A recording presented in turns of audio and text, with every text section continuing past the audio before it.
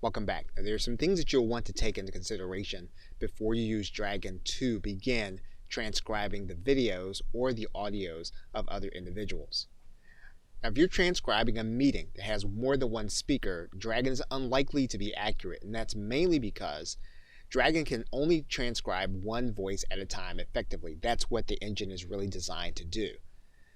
Now, the other thing is that the real benefit of using Dragon Naturally Speaking is the personalized vocabulary. So the work that you're doing to input information and to make corrections and to correct errors, that helps Dragon to become more accurate over time so that it transcribes accurately the first time. And that means then that if you're going to use a different profile, you're going to have to train that profile to get it to work effectively. So that means that you'll want to go through the process of importing words. You'll want to go through the process of editing vocabulary lists.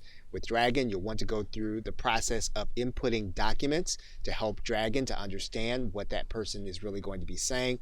You'll want to go through the process of inputting sent emails and just about everything that you can do to set up the main profile. If you're going to be using another profile and you're going to have that profile transcribed, everything that you can do in order to make it more accurate, you'll want to do it for that particular voice.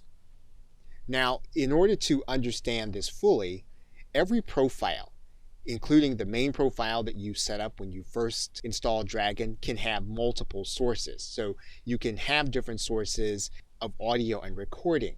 So if what you're doing is you're doing something different with the profile that you're using every day, you don't necessarily have to set up a separate profile. All you need to do is to set up a separate voice. And what that does is that will help you to leverage all of the work that you're doing to make Dragon more accurate. Now, if indeed you're transcribing a separate voice, you are going to need to set up a separate profile, and you do want to train that profile to get it to work effectively. Okay, so with that, thanks, and I will see you in another video.